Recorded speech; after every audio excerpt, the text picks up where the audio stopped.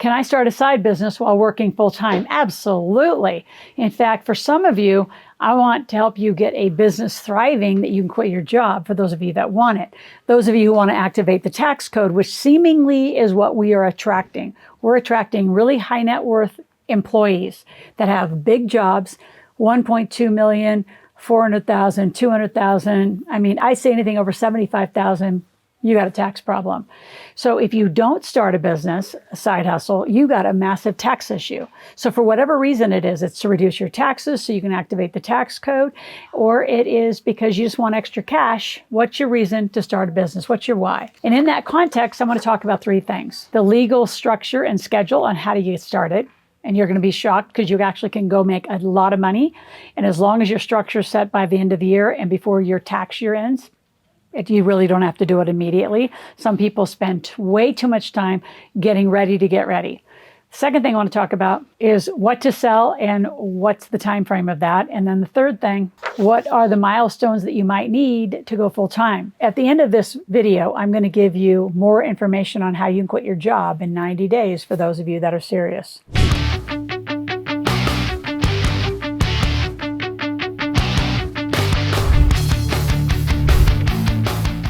So let's talk about just some interesting statistics around side hustles and business startups. Absolutely, starting lean, starting legal. The one thing I would say to those of you who have non-competes inside your employment contracts, make sure you read them. Make sure if you're inside your skill set, I see that with engineers a lot, project managers, bookkeepers, accountants. If you are inside of a scope of skill sets where your company that you work for will not allow you to take other clients, you're going to have to go somewhere else. And don't tell me you have one skill set. You all have many skill sets, so you can handle more. And then you've got to look at the time. Like, given if it's just you, do you have a partner? Do you have kids? How much can you really commit before we actually decide how you're going to go into this cash machine? I call them cash machines. These are small business startups. Usually 80% fail, and they fail for many reasons. Mostly is you don't build a team fast enough. You don't get to market fast enough. You blow most of your capital getting to market, and you didn't do a lot of what I would say is really true entrepreneurial startups, which you're doing pre-orders, you're doing surveys, you're creating very fast cash to get cash into your bank account so your business can thrive from the beginning versus have to live on debt or other capital sources. Bonus fun facts. Here's some other fun facts. 39% of adults have a side hustle. Extra income is anywhere about $800 to $1,000 a month. My Put More Cash in Your Pocket book was designed to help you make $500 to $1,000. So we're going to give you the first few chapters of the Put More Cash in Your Pocket book. And that's for those of you who just want that little side hustle. The one thing I would say is typically not enough. You're going to hear these elaborate opportunities to reduce your taxes, but if you're only going to step in and stay a sole proprietor and not really go all the way into the business, it doesn't really give you the deductions that I'm talking about. Service offers are your fastest launch, right? So I started financial coaching in 1996 when I jumped out of Chevron and worked for the Rich Dad Poor Dad team, being the master distributor of the cash flow game. So in addition to selling the books and games and things like that, I would start supplementing by adding my own financial coaching. Then I would add real estate tours. And so again, service-based things are very quick to launch and very quick to get to six figures if you do it right. Separating your banking, your credit cards. So again, the way that I would start this up. And so again, the first thing I said we're going to talk about is how do you legally get structured? So I'm the all-in person. I'm going all in, and I want you either an LLC, an S Corp, or a C Corp, depending on your state. It's very rare you would use a limited partnership for some sort of a side hustle. Now, as you get into larger real estate projects or businesses, family legacy businesses, those are usually with a general partner and limited partner, and those are called limited liability partnerships. We're not talking about those. We're talking about you and your state. Most states is probably an LLC, but there are some states that are not that friendly, and you're going to want to move into the S Corp sooner than later. You also have to pair that. Again, legal structure has got to come first. I do not agree with sole proprietors at all. I think it's a complete waste of time because the financial services world doesn't even see that you existed.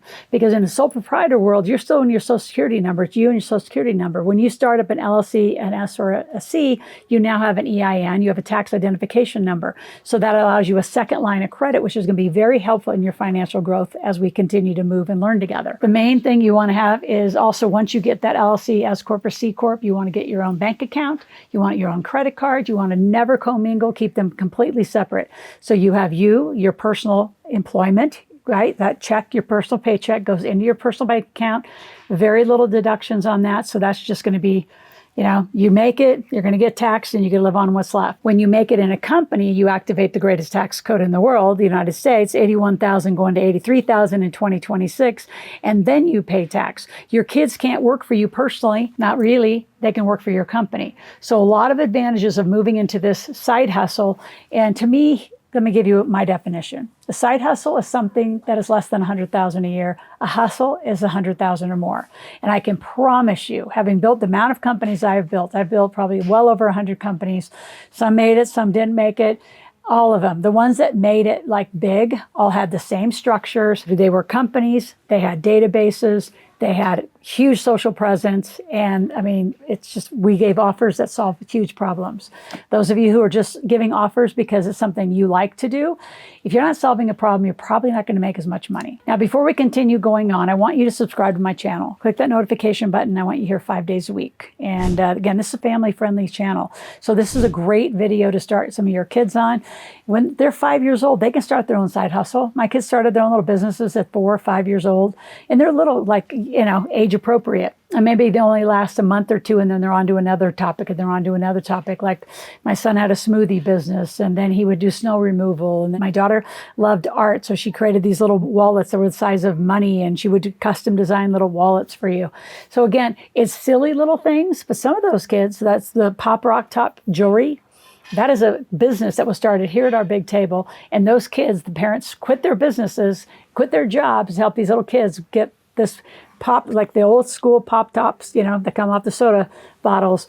They created jewelry out of them. So they created necklaces, earrings, all sorts of interesting things. So some of these little kids' businesses can make you a lot of money. You never know. So I want you to sell. The biggest keys to doing this, you want to sell before you build. Like you really want to have some pre-orders. So create an opportunity for people to put down payments, to do contracts, depending on how much they're actually going to spend. Give small offers. You want a lot of people following you. And then those that are really committed to following you, then you continue to grow those offers into 1,000, 2,000, 5,000, 10,000. Thorough example of that. But the one thing I will leave you with here is you do not have to replace your income. You replace half of your take-home cash. So for those of you that are employed, say you make, $100,000, and what you take home after tax, after all your deductions, after everything else is maybe call it $6,000 a month, $7,000 a month. You're going to replace half of that. Then you quit and you go full time. So make sure you go to my playlist, check it out, and check out my cash machine and put more cash in your pocketbooks. Those are the ones that help you build either 21st century lemonade stands, right? 500 to 1,000 extra a month, or just go for it. Make 6 figures, make 7 figures. It's not difficult, it's different. And you're gonna need a mentor and coach. So many people say, how did I arrive doing this from a business degree to an exercise physiology master's degree?